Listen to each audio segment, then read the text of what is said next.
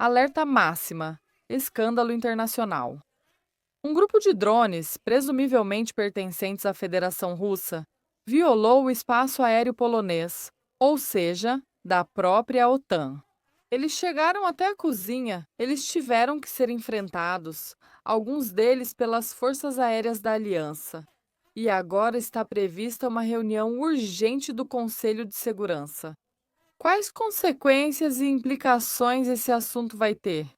Fique até o final, porque as conclusões vão te surpreender muito. E para analisar esse acontecimento, levando em conta que estou em Donbás, ou seja, diretamente no local dos fatos. Não só conversei com militares que sabem como funcionam os drones russos, em particular os drones Gerbera e Geran, que parecem ser os envolvidos, mas eles também tiveram contato direto com esses drones. E vamos avaliar até que ponto foi ou não a Federação da Rússia e, acima de tudo, quais consequências esse acontecimento vai ter para o mundo inteiro. Sim, mas principalmente para a OTAN, porque a atuação dela tem muito a nos dizer. Começamos, é claro, desde o início. Na noite de 9 para 10 de setembro, a Federação Russa realizou um ataque massivo contra o território ucraniano. Um ataque no qual estiveram envolvidos cerca de 415 drones, assim como cerca de 43 mísseis. A partir daqui, as informações de que dispomos vêm principalmente de fontes ocidentais, já que, até onde sabemos, neste exato momento, a Federação da Rússia está negando qualquer envolvimento seu nesse acontecimento. Mas, de acordo com fontes da OTAN, foi relatado que um grupo de cerca de 19 drones, presumivelmente pertencentes à Federação da Rússia, entrou no espaço aéreo da Polônia, violando, portanto, o espaço aéreo da própria OTAN. É aí que 4 desses 19 drones, ponto muito interessante, foram abatidos pelas forças, principalmente aéreas, da Aliança. Mas, por favor, não pensem o que não é, porque a Polônia já explicou a situação. Trata-se de um ataque absolutamente terrível da Federação da Rússia, diz o primeiro-ministro do país. E a Polônia, de fato, agiu perfeitamente, derrubando os drones que representavam uma ameaça, Kajamesasha, levando em conta que, no total, segundo as próprias fontes polonesas, foram 19 e os derrubados. Exatamente 4. Os 15 restantes parecem que não representavam ameaça alguma. Foram algo como drones russos amigáveis que simplesmente queriam ver os arredores da Polônia, que devem ser bem bonitos. Isso sim, aqui é onde entramos diretamente com essas fontes militares, das quais disponho por estar em Donbás, que me comentam. Em primeiro lugar, analisando os argumentos que estão sendo apresentados pela OTAN, há várias questões de suma importância. Em primeiro lugar, quais são as provas exatas? E espera-se que haja determinantes de que, de fato, foram drones da Federação da Rússia que acabaram atacando o solo polonês? São algumas fotos de um drone que, pelo que vemos, é um drone Gerbera e as consequências da queda dele.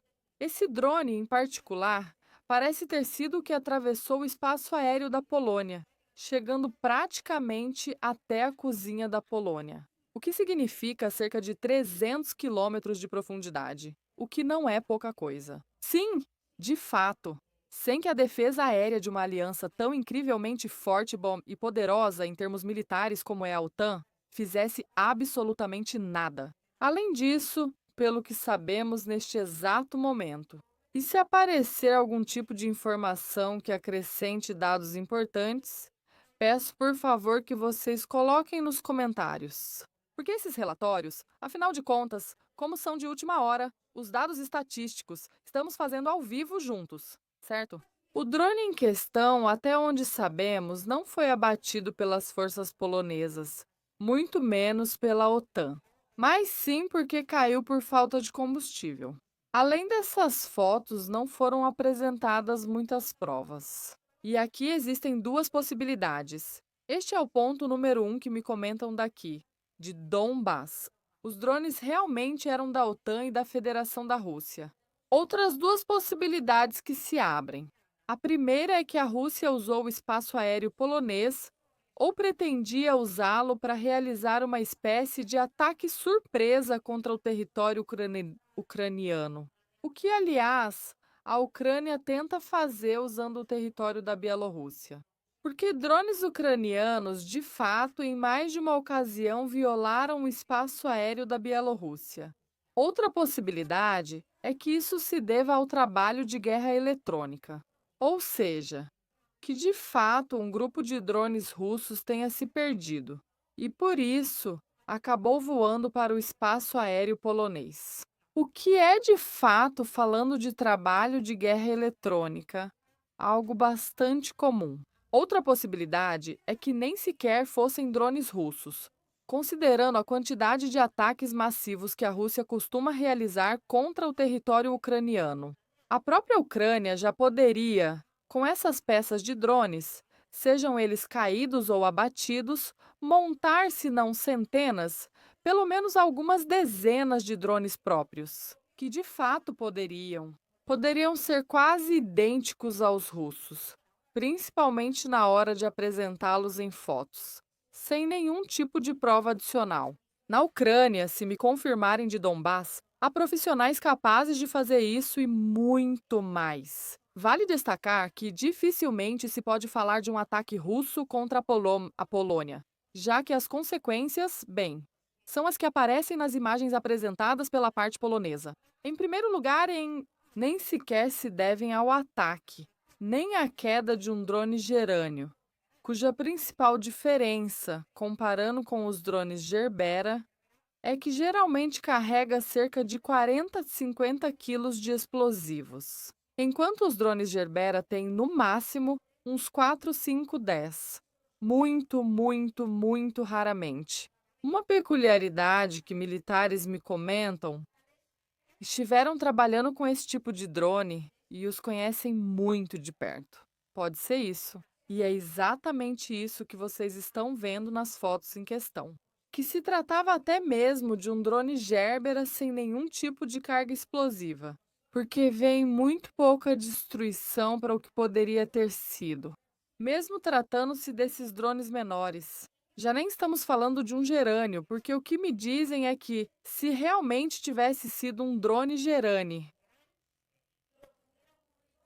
a destruição total, parcial, mas muito majoritária do edifício em questão, dizem, perpétuos voaria até os alicerces. Além disso, vale destacar que algumas fontes são ucranianas. Chega outro míssil russo e é aqui que surge a possibilidade.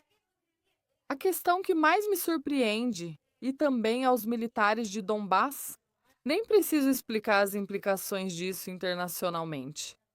Os fatos já estão mais do que claros, mas quais consequências isso vai ter? Por um lado, para a Rússia, por outro, para a Polônia, para a OTAN como um todo e talvez até para a Ucrânia. Aqui, para falar sobre isso, o mais importante é destacar uma questão que eu diria para vocês que levanta na principal pergunta, em termos militares, sobre a real capacidade da OTAN de enfrentar qualquer tipo de ameaça, muito menos na hora de enfrentar diretamente a Federação da Rússia. Levando em conta que agora se fala tanto sobre uma possível terceira guerra mundial. De 19 drones que supostamente eram, todas essas palavras vêm de fontes ocidentais, e isso devemos considerar bastante. Só derrubaram 4. Claro, os outros não representavam ameaça alguma, mas vamos falar claramente, eles usaram. Isso é destacado principalmente pelas minhas fontes militares, principalmente da Força Aérea. Foram acionados caças, em particular os F-35 dos Países Baixos e os F-16 da Polônia. E abater drones com caças é algo como matar moscas com canhão. Ou seja, o normal seria que a defesa aérea tivesse funcionado ali. Militares de Donbás me dizem que, para isso, supostamente a OTAN tem os Patriot, os Iris-T, enfim, o espaço aéreo da aliança. Militarmente, dizem eles mesmos, eles são mais poderosos. Deveria estar pelo menos bem protegida o suficiente para enfrentar um grupo de drones não muito grande. No entanto, alguns deles chegaram até a cozinha da Polônia e nem sequer foram abatidos. Caíram por conta própria, porque praticamente se cansaram de tanto voar. Já vimos o suficiente da Polônia, então é exatamente aqui que vamos acabar tirando uma soneca. Parece engraçado, mas na verdade não é. As consequências que isso vai ter para a OTAN em nível mundial prejudicam gravemente a imagem da aliança, já que, em primeiro lugar, esse é o ponto especialmente destacado pela parte ucraniana, a OTAN não fez nada especificamente para enfrentar uma ameaça desse tipo feita pela Rússia. O que nos mostra que, de tanto falar sobre a Terceira Guerra Mundial e sobre a necessidade de enfrentar a Rússia no campo militar, talvez os chefões da OTAN realmente não queiram isso. Vamos dizer assim, de verdade? Na verdade, eles estão apenas insinuando isso para encher os próprios bolsos. Porque se realmente quisessem e desejassem, poderiam perfeitamente ter aproveitado esta ocasião para usá-la como casus belli, assim como fizeram em outras ocasiões anteriores. No entanto, não é que tenham feito muita coisa como consequência, nem foram muito além das ameaças. Sim, de novas sanções. Sim, de uma resposta muito firme e contundente. O que lhes rendeu muitas risadas por parte da sociedade, digamos, militarizada da Ucrânia, onde foram chamados assim. Algo como cornos. O termo exato é kukal. Em inglês também existe e é usado para descrever esse tipo de relação entre adultos. Espero que vocês me entendam bem. Onde uma parte gosta de assistir de perto enquanto sua parceira tá lá aproveitando, né? Com uma terceira pessoa? Isso, em primeiro lugar. Em segundo lugar, implicações de caráter musical. Acontece com as imagens, o que, é claro, nos mostra o quão bem ou não tão bem protegida está aqui uma OTAN diante de um eventual ataque por parte da Federação da Rússia.